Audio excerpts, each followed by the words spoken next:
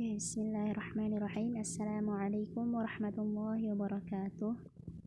Innal hamdalillah nahmaduhu wa nasta'inuhu wa nastaghfiruh wa natubu ilaih wa na'udzu billahi min syururi anfusina wa min sayyiati a'malina. Man yahdihillahu fala mudilla lahu wa man yudlil fala hadiyalah. Asyhadu an la ilaha illallah wahdahu la syarika lah wa asyhadu anna Muhammadan 'abduhu wa rasuluh sallallahu alaihi wasallam. Amma ba'd. Rabbi shrah li sadri wa yassir li amri wahlul 'uqdatam min lisani yafqahu qawli. Rabbi zidni 'ilman warzuqni fahman. Amin. Allahumma la sahla illa ma ja'altahu sahla wa anta taj'alul hazna idza syi'ta sahla. Kayfa halukunna ya talibat? Maziltunna fil hamasah. في هذا اللقاء سندرس وسنتعلم في آداب قضاء الحاجة. ما زلنا في آداب قضاء الحاجة. ندخل إلى الصفحة 18. الصفحة 18 في رقم 7.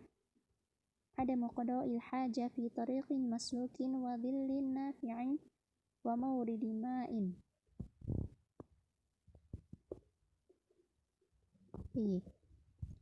نقرأ ما هو القصد. عدم قضاء الحاجة في طريق. مفهوم طريق يعني مكان يمر السيارة والدبابة. مفهوم طريق. Jalan fi tariqin maslukin ay jalan yang dilewati. Wadhillin nafi'in yaitu tempat berteduh manusia, yaitu dimana misalnya seperti pohon, ada pohon dan pohon itu biasa digunakan untuk berteduh. Wa mauridi ma'in air yang tenang, yaitu air yang tidak mengalir, seperti itu. Rawahu Muslim an Abi Hurairah radhiyallahu anhu qala Rasulullah sallallahu alaihi wasallam ittaqul la'anain qalu wa man la'anan ya Rasulullah qala alladhi yatakhalla fi tariqin nas aw fi dhillihim. Di sini dikatakan ittaqu, waspadailah, hindarilah al-la'anain. Ittaqul la'anain, hindarilah dua perkara yang dilaknat. Apa itu perkara yang dilaknat? Apa sih maksudnya dilaknat itu? Yang dilaknat itu berarti jauh dari rahmat Allah, yaitu suatu perbuatan yang tidak disukai oleh Allah, yang dimurkai oleh Allah. Ada dua qasad Allah. Qalu wa man la'anan, apa dua laknat itu ya Rasulullah? Qala alladhi yatakhalla fi tariqin nas aw fi dhillihim, yaitu orang-orang yang membuang hajat mereka di jalan yang dimana jalan itu dilewati oleh manusia ataupun di bawah naungan pohon, yaitu di tempat berteduhnya manusia. Fi Sunan Abi Dawud wa huwa hasan bi syawahidihi an Mu'adz bin Jabal radhiyallahu anhu qala Rasulullah sallallahu alaihi wasallam ittaqul mala'in thalatha al-baraz bil mawaridi wa qari'ati at-tariqi wa dhilli. Hadal hadits sawa. Jadi pembahasannya sama, yaitu tentang tidak bolehnya untuk membuang hajat di jalan yang dilewati oleh manusia ataupun di tempat berteduhnya manusia ataupun di air yang tergenang, air yang tidak mengalir. Ada mafhum ya akhwat? Tayyib, nadkhul ila raqm tsamin. Adam qada'il haja fil ma'. Ada tidak boleh buang hajat pada air. Sama aja sih sebenarnya pembahasannya itu tentang air yang tergenang. Jadi kita bacakan hadisnya. Rawahu Muslim an Jabir radhiyallahu anhu an Rasulillah sallallahu alaihi wasallam annahu naha an yubala fil ma'ir rakid. Ada sama, yaitu Rasulullah SAW melarang kita untuk buang hajat pada air yang tergenang, itu air yang tidak mengalir. Nah, gimana tuh kalau buang hajat di air yang tergenang? Nah, tentunya akan tidak bagus. Selanjutnya, wa fi sahihain an Abi Hurairah radhiyallahu anhu 'anil Nabi sallallahu alaihi wasallam qala la yabulanna ahadukum fil ma'i ad-da'im thumma yaghtasil minhu. Ini sama hadisnya tentang tidak bolehnya seseorang untuk buang hajat pada air yang tergenang kemudian mandi lagi ataupun bersuci di situ lagi. Karena jika kita misalnya ada salah seorang dari kalian yang kencing di air yang tergenang itu, dan ada orang lain yang datang ke air itu, karena dia tidak tahu bahwa ada orang sebelum dia yang telah membuang hajatnya di situ dengan kencing di situ, maka dia gunakan untuk bersuci, dia gunakan untuk wudhu, dan ini akan membawa mudarat bagi yang lainnya, membawa masalah bagi yang lainnya. Mungkin untuk yang kencing tadi dia tidak akan menggunakan lagi air itu, tapi untuk orang selanjutnya yang datang selanjutnya, dia tidak tahu bahwa air itu najis, maka dia gunakan, dan ini membawa mudarat, keburukan bagi yang lainnya. Inilah kenapa larangan Rasulullah SAW larangan untuk tidak membuang hajat kita pada air yang tergenang. Ada mafhum ya akhwat? Taib. Nadkhul ila raqmi tasi'. Adamu tabawul fi makanil wudu'i wa makanil istihmam. Pada poin ini yaitu masih kita membahas tentang bagaimana adab-adab dalam membuang hajat. Hajat di sini bukan hanya BAB ya, seperti buang air kecil juga itu hajat. Rawa ahlus sunan bisanadi hasan an Abdullah bin Mughaffal radhiyallahu anhu 'anil Nabi sallallahu alaihi wasallam qala la yabullanna ahadukum fi mustahammihi fa inna 'ammatal waswas min. Ini sama aja hadisnya tentang tidak bolehnya seorang untuk berkencing di tempat istihmam. Kenapa di sini dipisahkan? Sebenarnya itu memisahkan antara kamar mandi dan kamar buang air BAB ataupun afan ya. Ini mungkin terlalu jorok, tapi ini juga ilmu. Jadi kita tidak boleh terlalu menutup dalam hal ilmu. Itu tidak bolehnya, hadis ini membahas tentang tidak bolehnya kita untuk buang hajat kita pada tempat kita mandi. Jadi jika sini misalnya gini, kayak di sini kan WC-nya tuh langsung kayak ada tempat buang hajatnya dan langsung disatukan tempat mandinya di situ gitu. Jadi karena ada mirhat, itu tempat buang hajat itu kan di atas tuh. Jadi jangan kalian buang hajat lagi di bawah. Misalnya nih mau pipis, jangan pipis di bawah, kan ada tempatnya di atas. Jadi pipis di atas, karena di bawah kita gunakan untuk mandi. Kenapa tidak boleh? Karena ditakutkan al-waswas minhu, ditakutkan najis itu dipercikan kemana-mana, terus tidak kesiram, terus disenggol-senggol sama kita, dan itu akan membawakan keburukan untuk kita juga. Ada mafhum ya akhwat? Taib. Al-hadis ba'dah fi sunan Abi Dawud bisanad sahih an Humaid al-Himyari wa huwa ibn Abdir Rahman qala laqitu rajulan sahiban Nabiy sallallahu alaihi wasallam kama sahibahu Abu Hurairah radhiyallahu anhu qala naha Rasulullah sallallahu alaihi wasallam an yamtashita ahaduna kulla yaumin aw yabula fi mughtasilihi. Taib asyahid huna, pembahasan di sini adalah tentang dilarangnya untuk membuang hajat kita ataupun pipis di tempat muktasil. Muktasil sini ke tempat untuk mandi. Ada mafhum? Taib. Al-hadis al-ashir. Bukan hadis, aksid raqam. Taib nomor 10.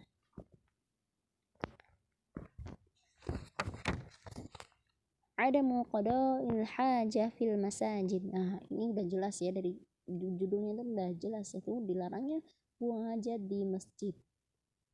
Mungkin karena kita sekarang udah tahu ya adab-adabnya. Jadi ini pernah terjadi di zaman Rasulullah SAW, bahwasannya ada seorang Arabiyun, yaitu Arab Badui, yang mereka tuh tidak tahu apa-apa tuh tentang Islam, tentang tata krama kehidupan. Jadi ada seorang dari mereka itu yang datang ke masjid, lalu dia kencing di sana, pipis di sana. Kita bacakan hadisnya. ففي الصحيحين عن أنس بن مالك رضي الله عنه قال: بينما نحن في المساجد مع رسول الله صلى الله عليه وسلم إذ جاء أعرابي فقام يبول في المسجد فقال أصحاب رسول الله صلى الله عليه وسلم مه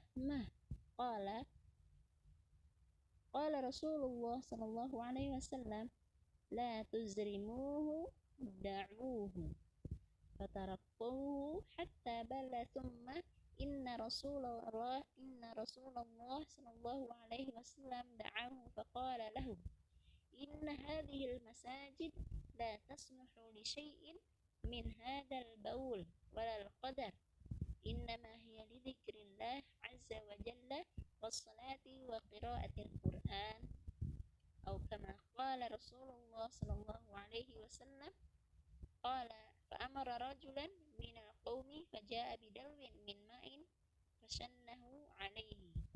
Ini seperti yang Ustazah kisahkan tadi, itu bahwasannya ada seorang Arab Badui yang datang faqama yabul, dia berdiri dan kencing di masjid, fil masjid. Nah, dan ketika itu ada para sahabat yang melihatnya, faqalu sahabah mah. Jadi sahabat itu seperti marah gitu. Apa yang kamu lakukan seperti? Jangan. Nah, seperti itu. Nah, maka ketika itu Rasulullah SAW la tuzrimuhu da'uhu, jangan mengganggu dia, biarkan dia menyelesaikan dulu hajatnya. Nah, inilah dari Masya Allahnya keteladanan dan adab sikap Rasulullah SAW itu Masya Allah. Jadi meskipun ada yang berbuat salah, tapi Rasulullah nanti menyingkirkan dulu dia, lalu dia akan ditegur pastinya. Jadi jangan langsung ditegur. Gimana itu? Lagi ditegur bisa lari itu. Ntar najis kemana-mana lagi. Jadi fataraku, maka sahabat juga tidak jadi untuk mencegah orang tersebut, mencegah Arab Badui tersebut, maka dibiarkan dulu sampai dia menyelesaikan hajatnya. Qala Rasulullah sallallahu alaihi wasallam, ketika itu Rasulullah sallallahu alaihi wasallam memanggil Arab Badui itu dan berkata, inna hadhil masajid, sesungguhnya ini masjid, la taslihu syai'in min hadzal baul, jadi tidak dibenarkan perbuatan ini di masjid ini, la tasluh, tidak sah, itu tidak dibolehkan untuk berbuat li syai'in, li hadza syai'in, atau dengan perbuatan ini. Ini masjid dan tidak diperbolehkan untuk melakukan ini. Nah, itu apa? Perbuatan apa? Yaitu al-baul walal qadar, yaitu pipis maupun buang hajat besar. Innama hiya lidzikrillah, itu sesungguhnya masjid ini untuk berzikir kepada Allah Subhanahu wa Jalla, wassalah wa qiraatul Qur'an, dan untuk salat dan untuk mendirikan salat dan untuk membaca ayat Al-Qur'an, membaca ayat suci Al-Qur'an di dalamnya. Jadi la tasluh, tidak diperbolehkan untuk berbuat hal-hal yang kotor di sini. Nah, itu tidak dibenarkan untuk melakukan perbuatan yang kotor seperti baul tadi, seperti pipis, atau al-qadar, itu buang hajat, BAB.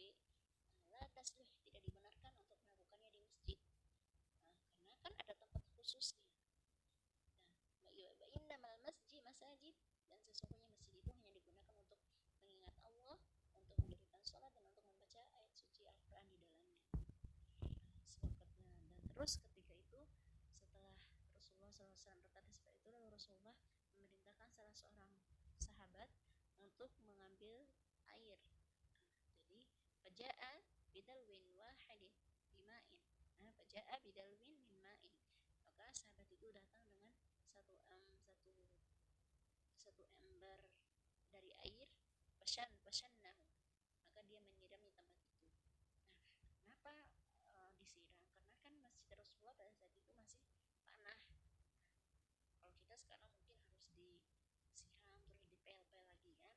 Nah, pada saat itu masjidnya masih tanah, jadi nanti juga akan diserap oleh tanah yang betul sudah dibersihkan terlebih dahulu di atas. Ada yang hukum ya akhwat?